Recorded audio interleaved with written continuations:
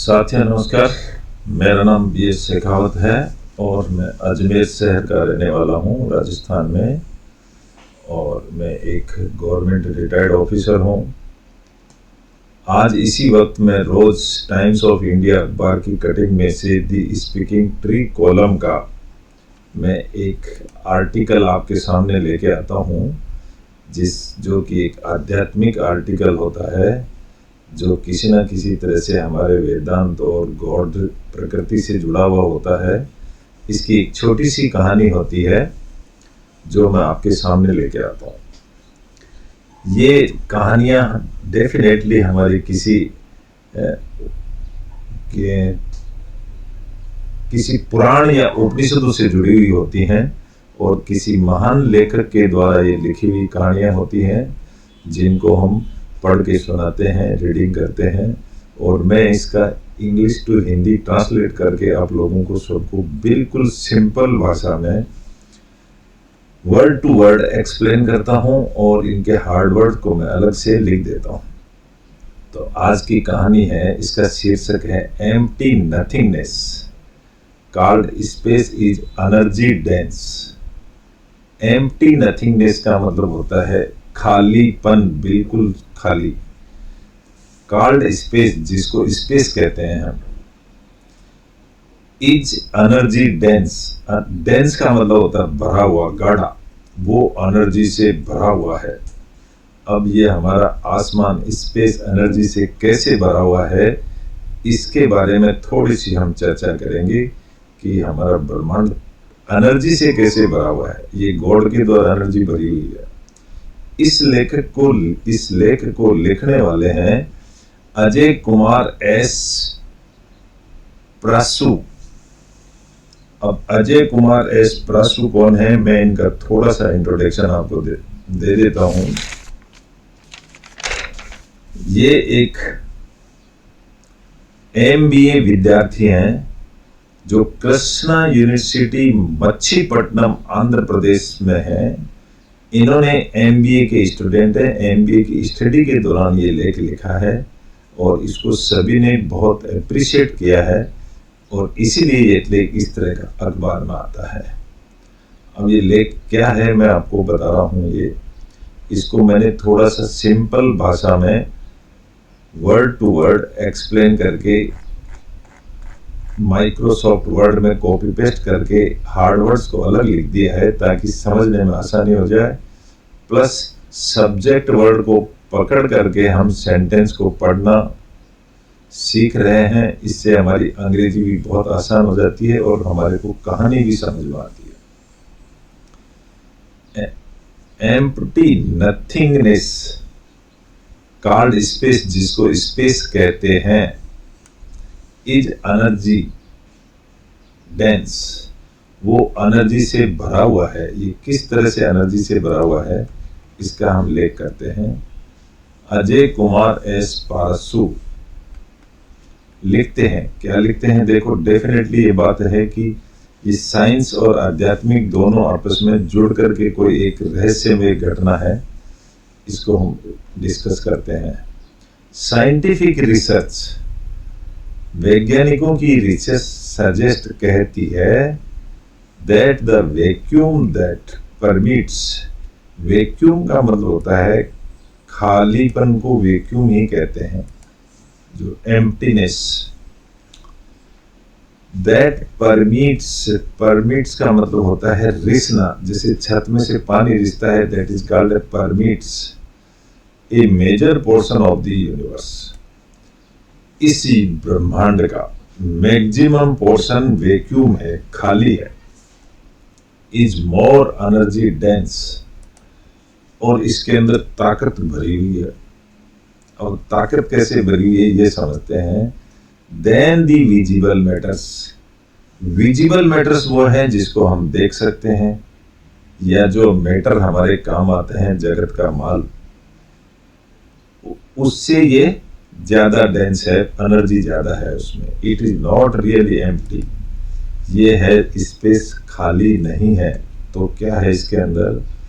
From A necked आई, नंगी आंखों से, पर्सपेक्टिव, पर्सपेक्टिव का मतलब होता है हमारा दृष्टिकोण, जिसको हम नंगी आंखों से नहीं देख सकते।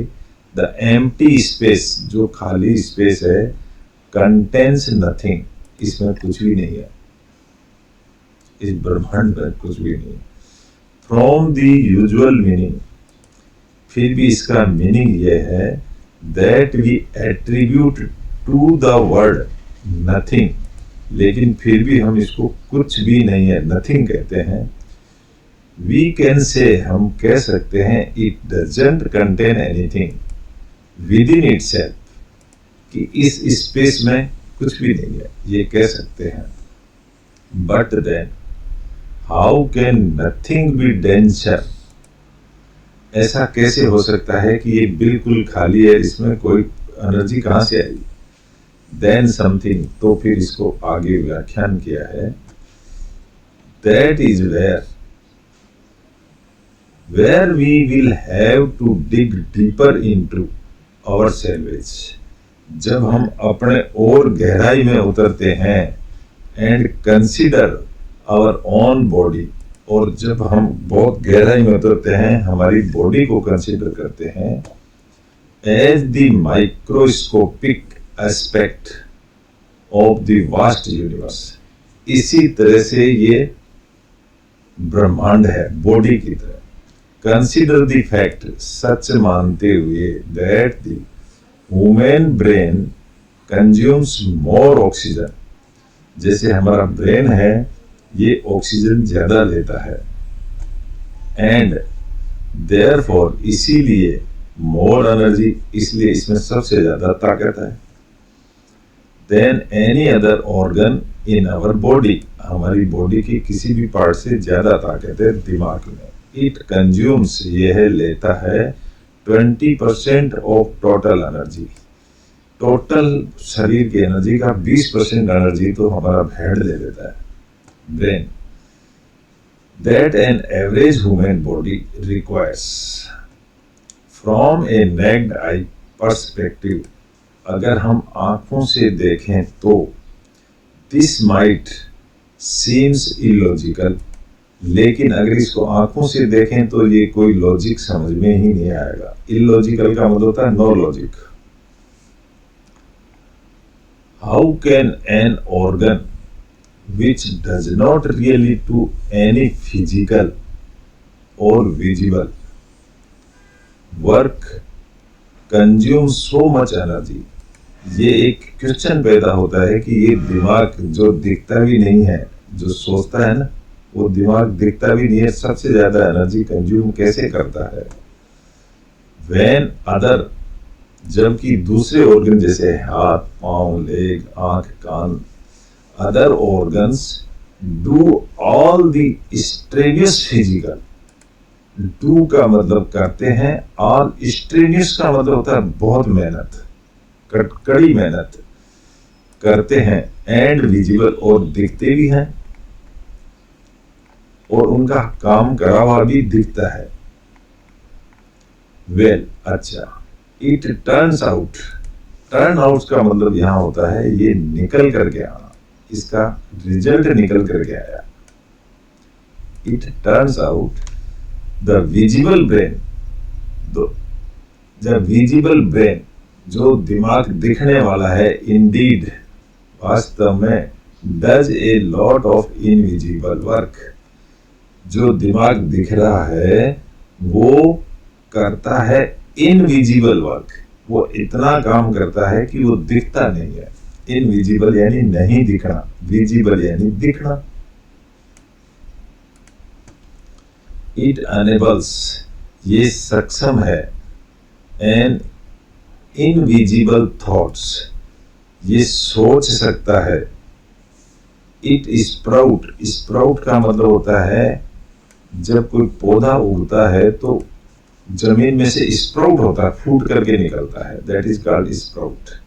And then seeds it further into a train of thoughts, और फिर उस पौधे में से सीड्स भी निकलते हैं बाद में बड़ा होके। It drives a person to experience, इससे आदमी को ये अनुभव होता है an important but subtle aspect, कि सबटल का मतलब होता है छोटा सा एस्पेक्ट, जैसे बीज छोटा सा होता है लेकिन पेड़ बहुत बड़ा बनाता है, aspect of a living being experience the self, इससे ये हमें अनुभव होता है। एंड दिस इनविजिबल, ये इस तरह से ये बीज की ताकत हमें दिखती नहीं है कि वो बहुत बड़ा पेड़ बनता है। इनटेंजिबल, वो ताकत हमें दिखती नहीं है। इनटेंजिबल का मतलब है जिसको हम पकड़ नहीं सकते, सार्थक नहीं है, दिखती नहीं है, उसको इसी को इनटेंजिबल कहते हैं। टेंजिबल का मतलब तो साफ दिखने वाली, इनटेंजिबल नहीं दिखने वाली। एंड नॉन फिजिकल, और फिजिकल भी नहीं होती है।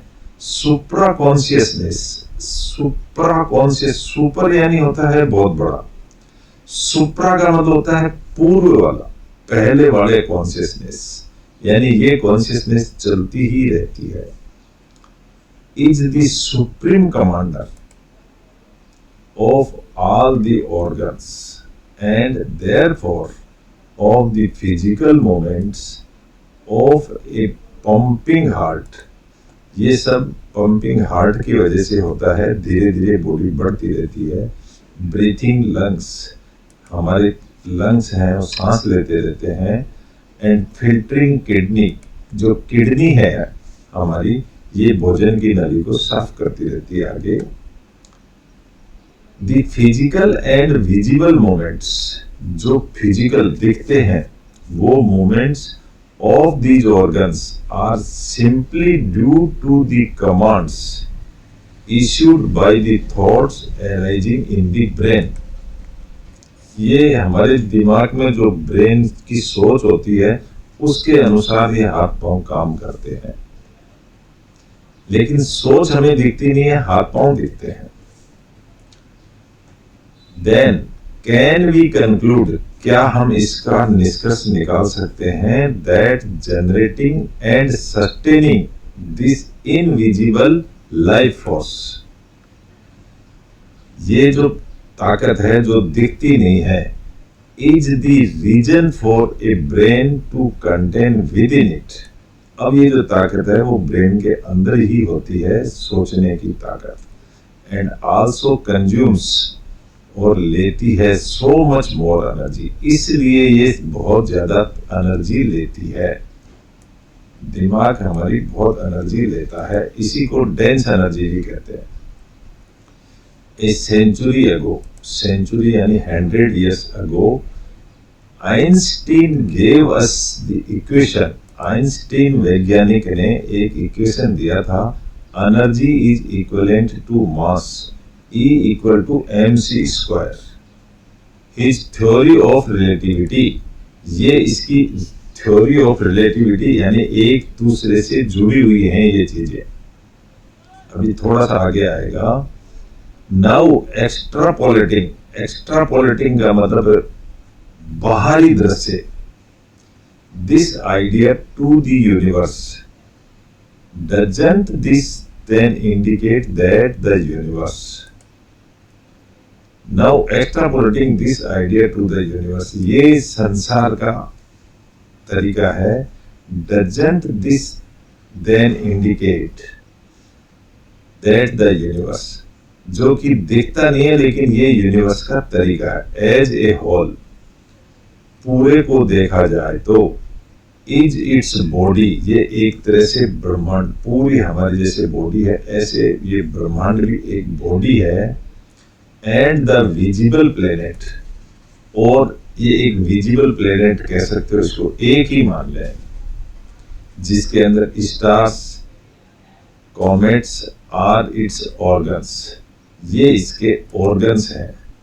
द इनविजिबल एम्प्टी स्पेस, जो नहीं दिखता है वो खालीपन, therefore acts as the life force, वो एक तरह का जैसे दिमाग में सोचने की थॉट की ताकत है, ऐसे ही इस ब्रह्मांड में वो ताकत है।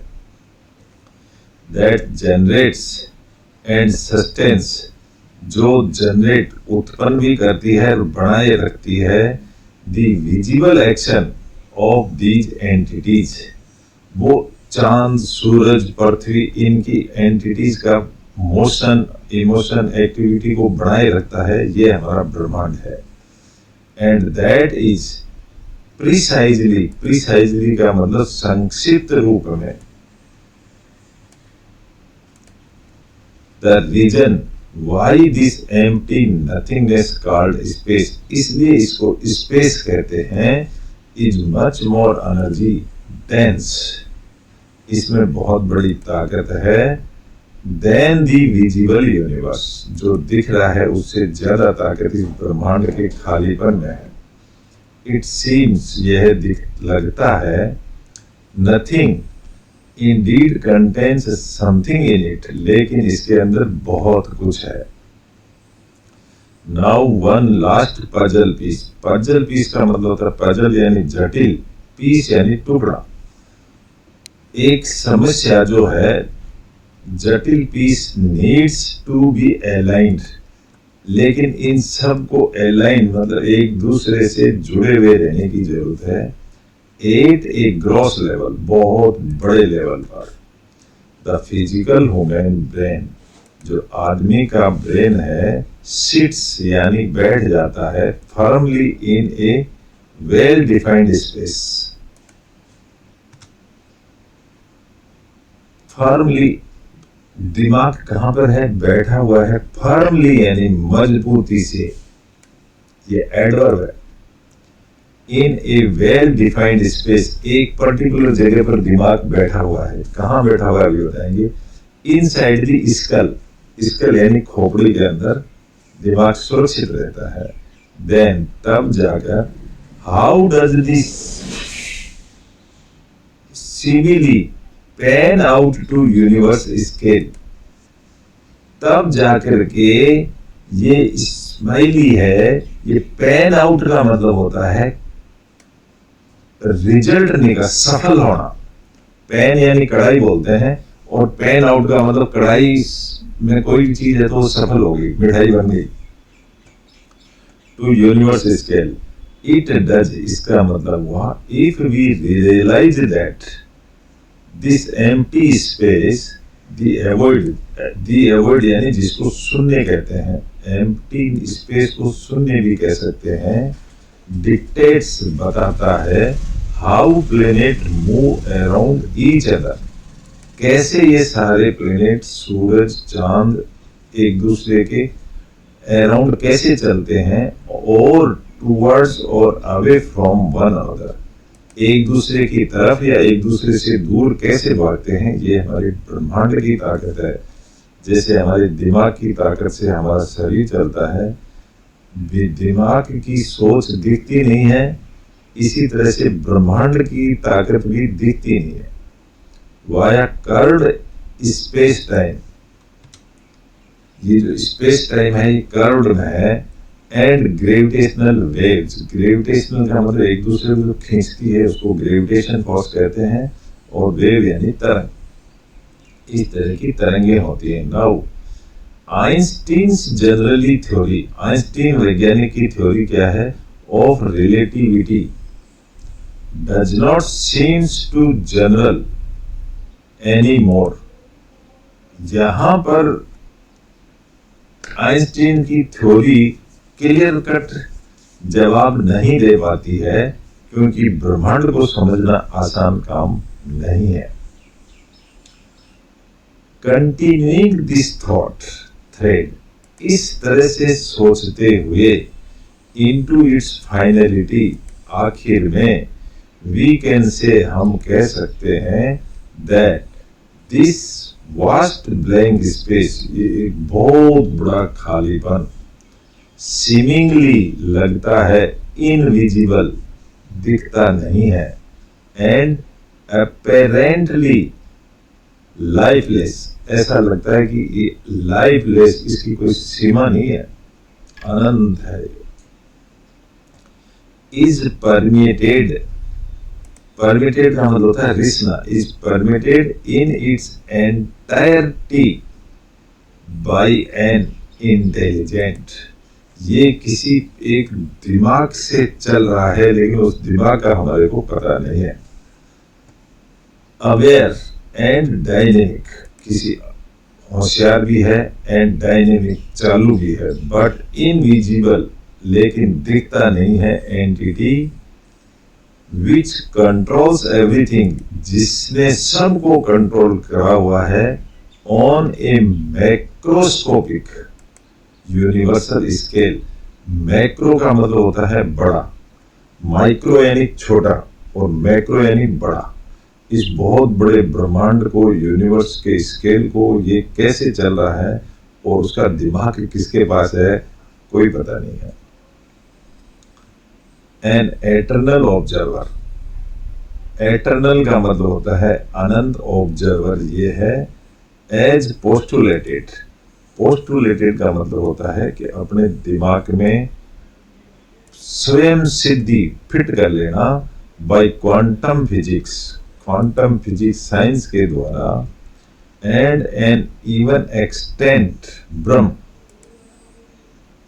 एवर एक्सटेंट ब्रह्म जिसको कहते हैं, एज मैंडेटेड, मैंडेटेड का मतलब है जरूरी, बाई वेदांता। ये एक वेदांता से ही इसकी सीख ली जा सकती है। नाउ सीम, ऐसा लगता है, माइक्रो मैक्रो, माइक्रो यानी छोटा, मैक्रो यानी बड़ा, सूक्ष्म और विशाल। माइक्रो मैक्रो यानी सूक्ष्म और विशाल, ट्विंस दोनों ही बातें। Both the twins are omniscient, omniscient का मतलब होता है बहुत बड़ी, powerful, full power, and invisible, दिखती नहीं है। A special general theory of Advaita, जो बताया जाता है कि ब्रह्म एक ही है, अद्वैत दूसरा कोई नहीं। उसके अंदर तो जैसे हम भी ब्रह्म हैं, आप भी ब्रह्म हैं, एवरीथिंग इज ब्रह्म, उसको अद्वैत कहते हैं। वो और कुछ नहीं है, बस यही है। तो ये एक छोटा सा टॉपिक था कि ब्रह्मांड क्या है और कैसे फंक्शन करता है, जो मैंने आपको इसको पढ़ के सुनाया। डेफिनेटली ये हमारे किसी पुराणों और उपनिषदों का ही सार है, किसी वैज्ञानिकों द्वारा या हमारे शास्त्रीय लोग के द्वारा ये बताया गया है। आपको ये अच्छा लगा होगा तो मैं रिक्वेस्ट करूंगा कि इसको लाइक करें, शेयर करें और सभी को सब्सक्राइब करें। Thank you very much, nice to meet all of you, thank you.